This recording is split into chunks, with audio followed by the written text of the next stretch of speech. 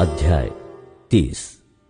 आशीष और पुनर्स्थापना की शर्तें। फिर जब आशीष और शाप की ये सब बातें जो मैंने तुझको कह सुनाई हैं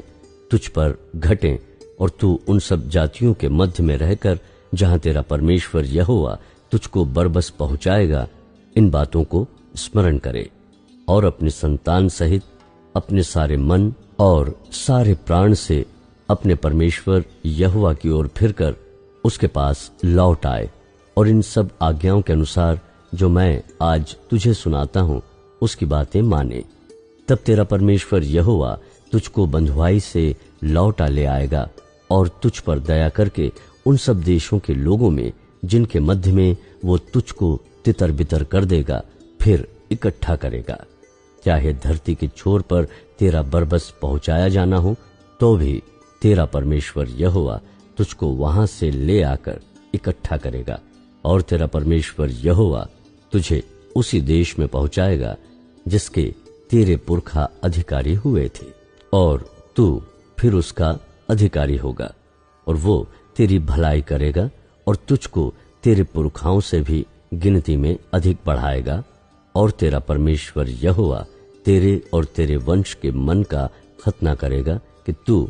अपने परमेश्वर यहोवा से अपने सारे मन और सारे प्राण के साथ प्रेम करे जिससे तू जीवित रहे। और तेरा परमेश्वर यहोवा ये सब शाप की बातें तेरे शत्रुओं पर जो तुझसे बैर करके तेरे पीछे पड़ेंगे भेजेगा, और तू फिरेगा और यहोवा की सुनेगा और इन सब आज्ञाओं को मानेगा जो मैं आज तुझको सुनाता हूं। और यहोवा तेरी भलाई के लिए तेरे सब कामों में और तेरी संतान और पशुओं के बच्चों और भूमि की उपज में तेरी बढ़ती करेगा, क्योंकि यहोवा फिर तेरे ऊपर भलाई के लिए वैसा ही आनंद करेगा जैसा उसने तेरे पूर्वजों के ऊपर किया था।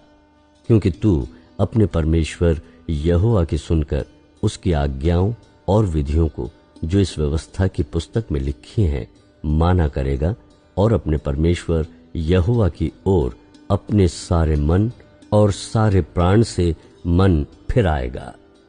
देखो, ये जो आज्ञा मैं आज तुझे सुनाता हूं वो ना तो तेरे लिए अनोखी और ना दूर है, और ना तो ये आकाश में है कि तू कहे कौन हमारे लिए आकाश में चढ़कर उसे हमारे पास ले आए और हमको सुनाए कि हम उसे माने,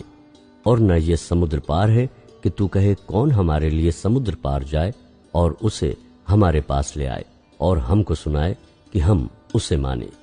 परंतु ये वचन तेरे बहुत निकट वरन तेरे मुंह और मन ही में है ताकि तू इस पर चले। सुन, आज मैंने तुझको जीवन और मरण, हानि और लाभ दिखाया है, क्योंकि मैं आज तुझे आज्ञा देता हूं कि अपने परमेश्वर यहोवा से प्रेम करना और उसके मार्गों पर चलना और उसकी आज्ञाओं, विधियों और नियमों को मानना, जिससे तू जीवित रहे और बढ़ता जाए और तेरा परमेश्वर यहोवा उस देश में जिसका अधिकारी होने को तू जा रहा है तुझे आशीष दे। परंतु तेरा मन भटक जाए और तू न सुने और भटक कर पराये देवताओं को दंडवत करे और उनकी उपासना करने लगे, तो मैं तुम्हें आज ये चेतावनी दिए देता हूं कि तुम निःसंदेह नष्ट हो जाओगे, और जिस देश का अधिकारी होने के लिए तू यरदन पार जा रहा है उस देश में तुम बहुत दिनों के लिए रहने न पाओगे। मैं आज आकाश और पृथ्वी दोनों को तुम्हारे सामने इस बात की साक्षी बनाता हूं कि मैंने जीवन और मरण, आशीष और शाप को तुम्हारे आगे रखा है। इसलिए तू जीवन ही को अपना ले कि तू और तेरा वंश दोनों जीवित रहें। इसलिए अपने परमेश्वर यहोवा से प्रेम करो और उसकी बात मानो और उससे लिपटे रहो, क्योंकि तेरा जीवन और दीर्घ जीवन यही है। और ऐसा करने से जिस देश को यहोवा ने अब्राहम, इसहाक और याकूब तेरे पूर्वजों को देने की शपथ खाई थी उस देश में तू बसा रहेगा।